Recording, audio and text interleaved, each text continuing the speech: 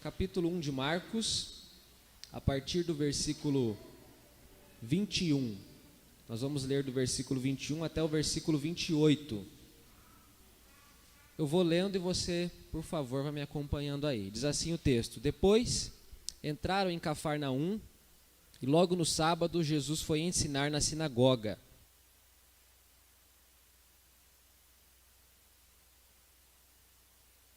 Como alguém que tem autoridade, não como os escribas.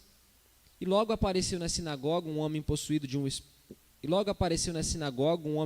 de espírito imundo, o qual gritou: O que você quer conosco, Jesus Nazareno? Você veio para nos destruir? Sei muito bem quem é você, o Santo de Deus. Mas Jesus o repreendeu, dizendo: Cale-se e saia desse homem. Então o espírito imundo, agitando-o violentamente, gritando em alta voz, saiu dele. Todos se admiraram a ponto de perguntarem entre si: Que é isto? Uma nova doutrina? Com autoridade ele ordena aos espíritos imundos e eles lhe obedecem. E a fama de Jesus se espalhou depressa em todas as direções, por toda a região da Galileia. Feche os seus olhos, vamos fazer uma oração ao Senhor. Deus, obrigado, esta é a tua palavra, ela é viva, ela é poderosa, ela é eficaz, e quando ela é pregada com fidelidade no poder do teu Espírito, nós, aqueles que a ouvimos, somos transformados e passamos a viver de acordo com ela. Por graça e por misericórdia, mais uma vez, fale aos nossos corações, dá-nos instrução, dá-nos entendimento da tua palavra e dá-nos um coração contrito para obedecê-la. É o que nós pedimos ao Senhor, em nome de Jesus. Amém. Irmãos, nós estamos ainda no capítulo 1 de Marcos e nós já conseguimos ver algumas coisas, né? Esse texto aqui, o contexto imediato dele me parece começar no versículo 12. O versículo 12 fala sobre o Espírito Santo conduzindo Jesus ao deserto, e Jesus fica ali no deserto 40 dias, ocasião em que ele foi tentado por Satanás. O versículo 14 diz: Depois de João ter sido preso, Jesus foi para Galileia, pregando o evangelho de Deus. Ele dizia: O tempo está cumprido, o reino dos céus está próximo, arrependam-se e creem no evangelho. Ainda nessa situação, ele está caminhando na beira do mar da Galileia, então ele chama alguns homens pescadores para que se tornassem os seus discípulos. E a versão que eu leio, que é a versão que vários de vocês têm, diz assim no versículo 21, depois do quê? Depois que Jesus foi tentado, depois que Jesus começa o seu ministério público, pregando o reino dos céus e o arrependimento, e depois dele ter chamado alguns homens para se tornarem os seus discípulos. Esse é o começo do ministério de Jesus, e é aqui que está o contexto desse texto que nós lemos.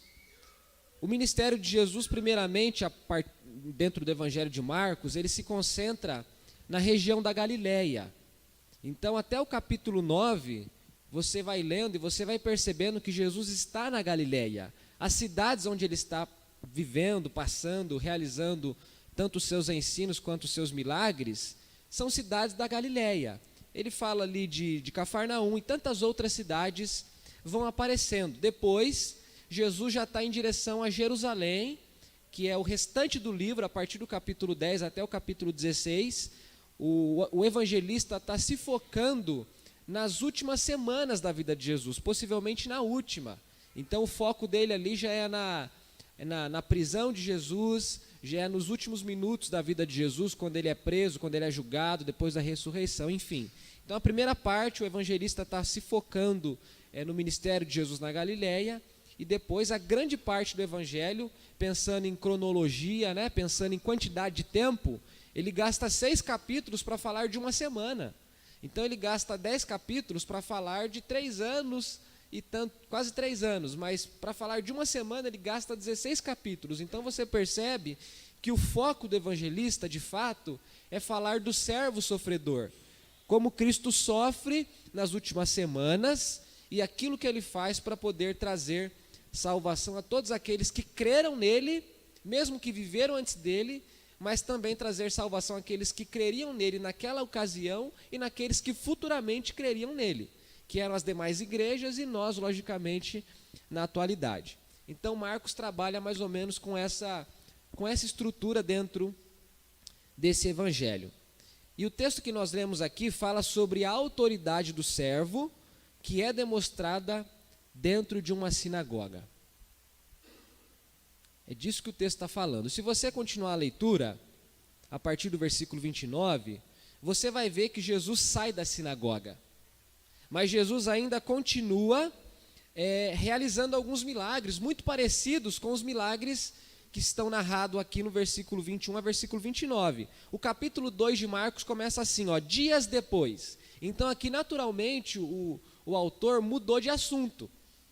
Só que como é que a gente sabe que esse texto que nós lemos aqui é capaz de nos ensinar algumas coisas importantes? Pela região de Jesus está, pela localidade de Jesus. Ele deixa muito claro que essas coisas que acontecem aqui, do versículo 21 ao versículo 28, elas aconteceram dentro de uma sinagoga. As demais coisas se relacionam com aquilo que acontece na sinagoga, mas acontecerão fora da sinagoga. Então aqui o texto mostra duas coisas relacionadas à autoridade do servo demonstrada dentro da sinagoga. A primeira coisa é que ele ensina com autoridade.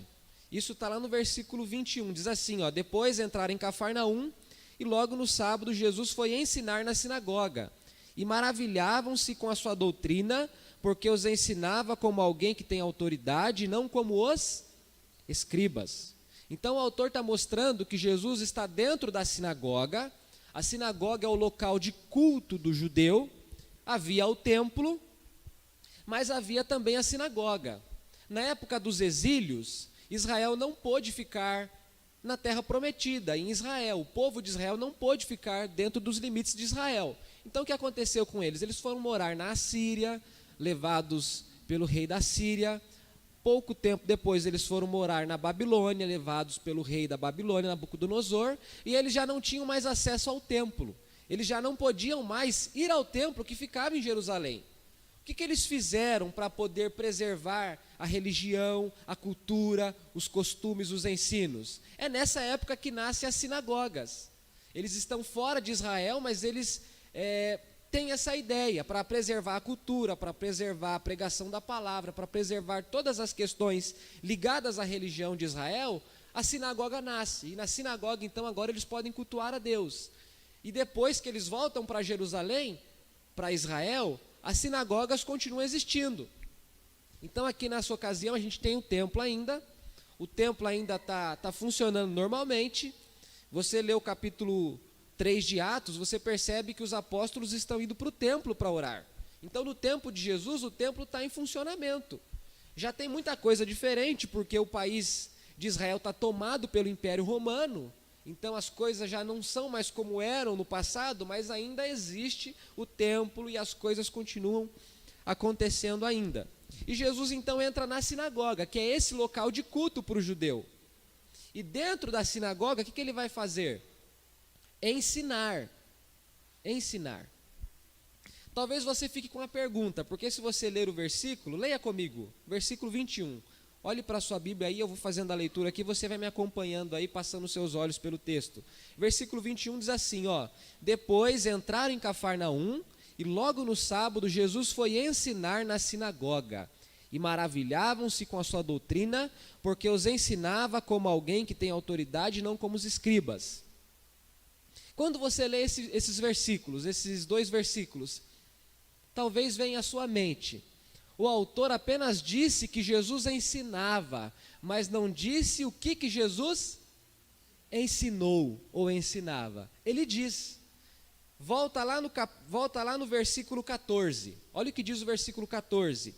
Depois de João ter sido preso, Jesus foi para a Galiléia pregando o evangelho de Deus. Ele dizia, não está escrito, e ele disse. Então não foi uma ação que aconteceu uma única vez e acabou, mas foi uma ação que foi acontecendo diariamente, todos os dias, enquanto ele esteve na Galiléia. Então não se esqueça de que até o capítulo 9 de Marcos ele está na Galiléia. Então sempre que ele ensina na Galiléia, o que é que ele ensina? O versículo 15 diz, ele dizia, o tempo está próximo e o reino de Deus está próximo. arrependam-se e creiam no Evangelho.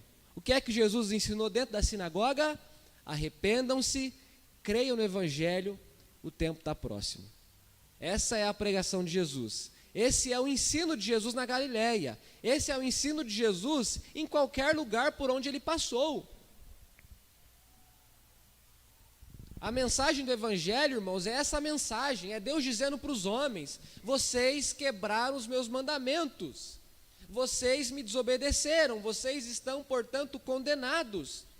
Ainda que eu dei para vocês mandamentos, vocês não são capazes, não foram capazes, os pais de vocês não foram capazes de guardar os mandamentos. Vocês estão perdidos, vocês precisam de salvação, de graça, de misericórdia.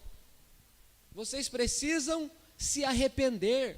O reino de Deus chegou no meio de vocês, mas para entrar no reino de Deus é preciso transformação de vida. E Jesus pregava essa mensagem no centro da religião judaica. É curioso a gente olhar para um texto como esse, porque o povo judeu tem todo o Antigo Testamento que fala sobre Cristo, que aponta para Cristo, que profetiza sobre Cristo. Todo o Antigo Testamento fala de Cristo. E agora Jesus está dentro de uma sinagoga, e ele está ensinando, ele está pregando, e pregar e ensinar são coisas semelhantes, mas não são a mesma coisa. Tem certa diferença. E a gente só aprende quando a gente vai lendo o texto e vai percebendo o que é que Jesus faz quando prega, o que é que Jesus faz quando ensina. Ensinar tem a ver com mostrar aquilo que é correto, aquilo que é bom, aquilo que é agradável. Pregar tem a ver com mostrar o que é correto, mas dizer para as pessoas: vocês precisam viver isso daqui, vocês precisam não apenas ficar ouvindo, mas vocês precisam ser mordidos por essa palavra. A pregação tem a ideia de compungir os corações, de dizer para os homens, para as pessoas que ouvem a pregação: vocês precisam mudar de vida, vocês precisam fazer alguma coisa. Pregar não é fazer um discurso bonito, que coloca sorriso nos lábios das pessoas. Mas pregar é dizer para as pessoas: vocês estão vivos, enquanto vocês estão vivos, existe esperança, a vida, mas a vida acaba, a vida cessa. Pregar é responsabilizar as pessoas, de que elas não são mais inocentes, mas que agora elas conheceram a palavra, e alguma coisa vai acontecer depois que elas conheceram a palavra. E Jesus está ensinando dentro da sinagoga. É sábado. Se você conhece os evangelhos, e acredito que você conhece, você vai lendo tanto Marcos quanto os demais evangelhos, você já sabe que isso aqui vai dar problema lá na frente, né? Algumas pessoas vão ficar incomodadas com Cristo por causa disso, porque ele está curando no sábado, porque ele está fazendo isso ou aquilo no sábado, e vai gerar problemas, entre aspas, né? Jesus está com os discípulos, porque esse texto é o texto sequente de quando ele, é o texto subsequente, o texto posterior, de quando ele chama Simão, André, Tiago e João, os 4 discípulos. Então, depois entraram em Cafarnaum. Entraram quem? Jesus, Pedro, André, João e Tiago. Pelo menos 5 a gente sabe que está aqui dentro da sinagoga. Esses 5 que entraram. Então Jesus está acompanhado dos seus discípulos. Jesus ensina na sinagoga e alguma coisa acontece dentro da sinagoga. O texto diz que naturalmente o ensino de Jesus denunciou o ensino dos escribas. E o texto diz assim, e maravilhavam-se com sua doutrina, porque os ensinava como alguém que tem autoridade, e não como os escribas. A Bíblia era ensinada o tempo todo na sinagoga. Toda vez que eles se reuniam na sinagoga, havia um texto que deveria ser lido e que deveria ser explicado. O tempo todo acontece isso. Acontece que quando Jesus vai na sinagoga e ensina, eles perceberam que havia alguma coisa muito simples, que diferenciava o ensino de Jesus do ensino de todos os demais escribas que ficavam ensinando no templo, na sinagoga, perdão. E qual que era a diferença? O ensino de Jesus era um ensino feito com autoridade. Irmãos, não é isso que a gente aprendeu desde o versículo 1? Marcos não escreve para falar sobre Cristo, que é o Filho de Deus. E a gente já sabe que João Batista deu testemunho de Jesus, os profetas deram testemunho de Jesus. Durante o batismo, o próprio Deus, o Pai, dá testemunho do Deus Filho, dizendo: este é o meu Filho amado, e nele eu tenho prazer, satisfação. Agora, as pessoas da religião judaica testemunham que Jesus tem uma coisa diferente. Ele tem autoridade, não é um ensino como o dos escribas. Os escribas eram intérpretes da lei, eram tradutores da lei, eram copistas da lei, eram homens estudados, eram homens intelectuais, diplomados. Só que o texto mostra que o que faz diferença aqui não é apenas o conhecimento daquele que fala, mas é o conhecimento e a maneira, o modo como alguém fala do Evangelho. Isso é o que faz diferença aqui no texto. O texto está mostrando isso. A natureza do ensino de Jesus era completamente diferente da natureza do ensino dos escribas. Irmãos, o que isso tem a ver com a nossa vida? Como é que isso aqui pode ensinar alguma coisa para você? Porque senão você só vai saber informações sobre o Evangelho de Marcos. Jesus tem autoridade naquilo que diz. Amém? Se ele tem autoridade, ele deve ser ouvido e obedecido.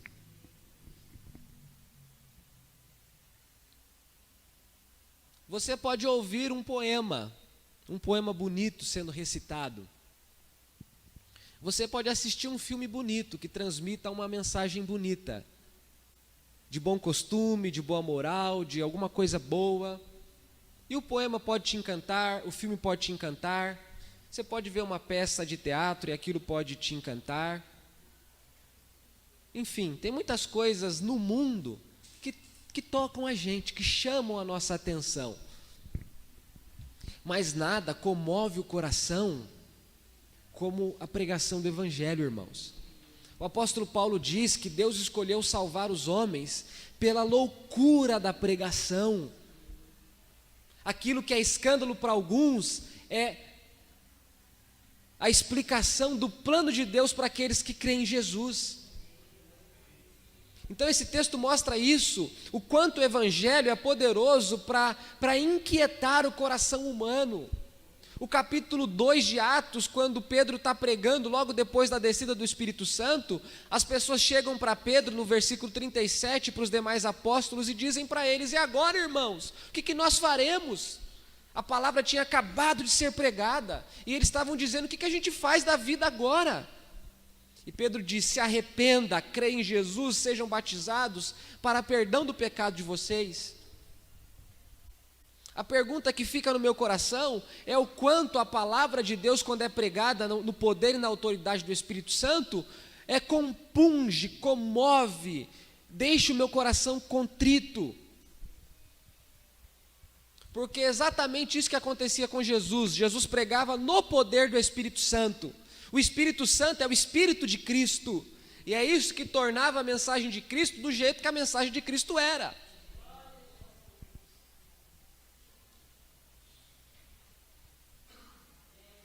O quanto a pregação do Evangelho atinge o seu coração. Eu acho que você nunca tomou uma flechada. Eu desconfio que você nunca tomou uma flechada, suponho, né? Eu acho que eu estou certo nisso. Mas a pregação do Evangelho é como se a gente recebesse uma flechada, daquela bem dada, bem acertada. A pregação crava dentro do nosso coração. É isso que deve acontecer na sua vida. É isso que o Evangelho deve provocar no seu coração.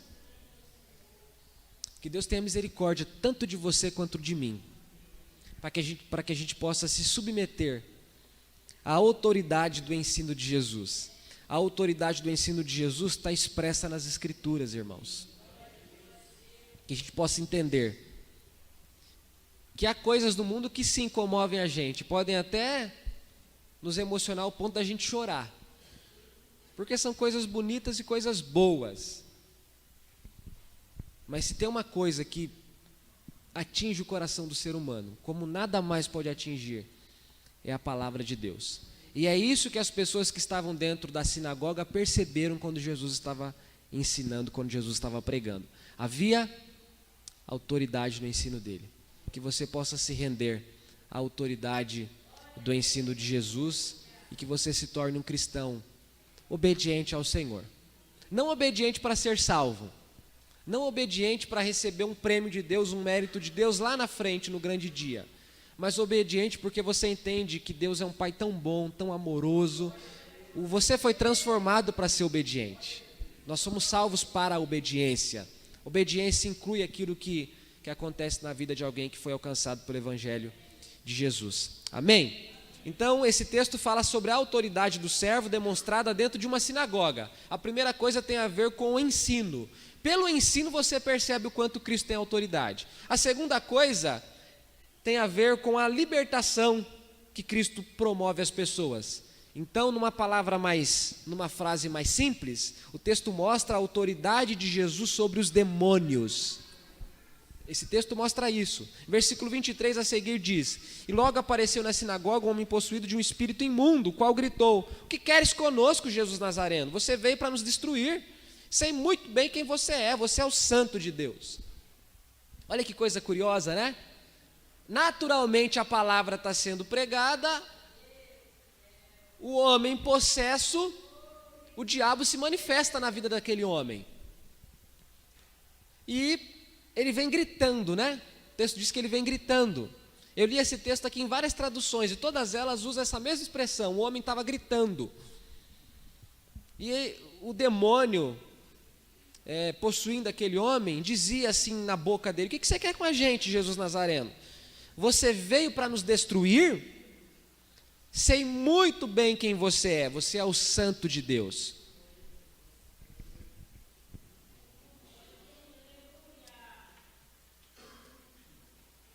O texto mostra que Satanás conhece quem Cristo é. Tiago 2,17, 2,19 diz que os demônios creem e tremem, estremecem, mas não obedecem.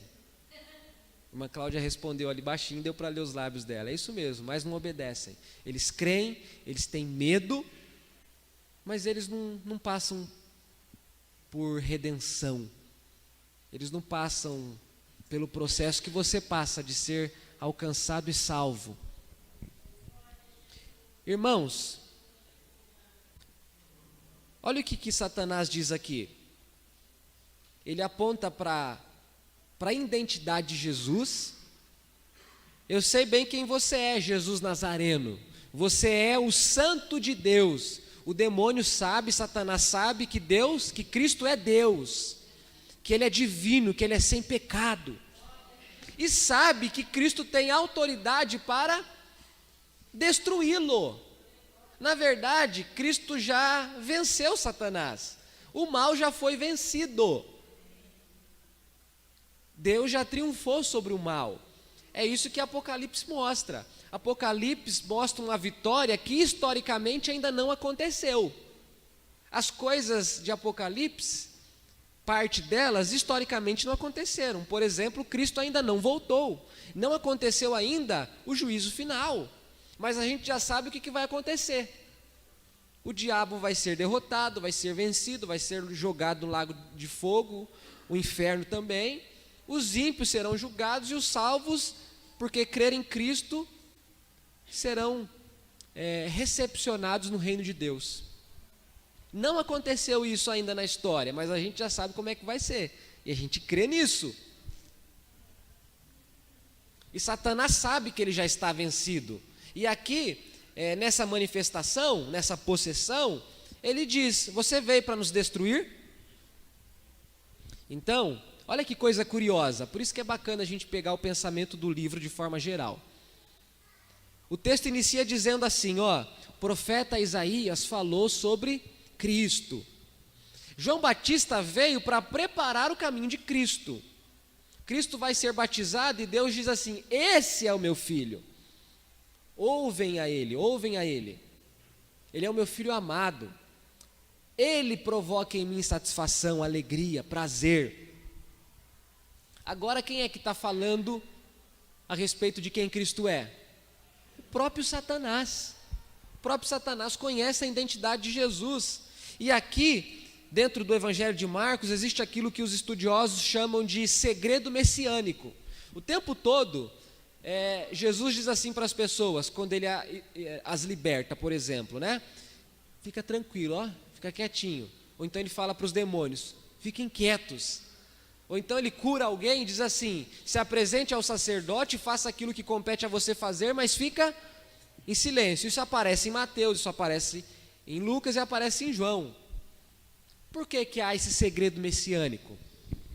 Porque havia ainda muita coisa para acontecer no ministério de Jesus. Não se esqueça de que essa aqui são as primeiras ações de Cristo. Ainda tem mais 3 anos pela frente. E já no começo ele começa a receber perseguição.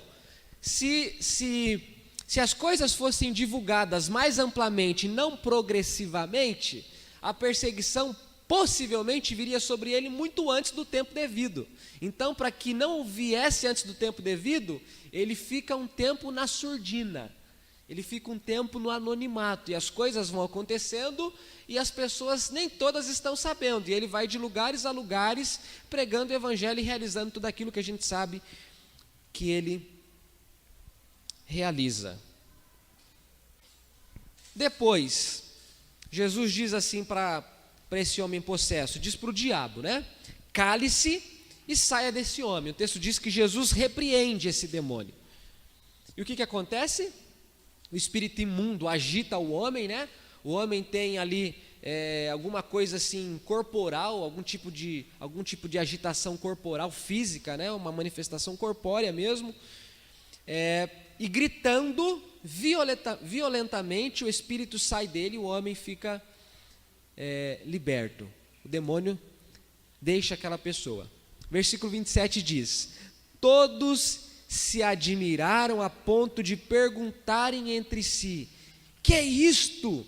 Uma nova doutrina com autoridade. O foco de Marcos aqui é mostrar a autoridade do Filho de Deus. Ele tem autoridade para ensinar e ele tem autoridade sobre os demônios.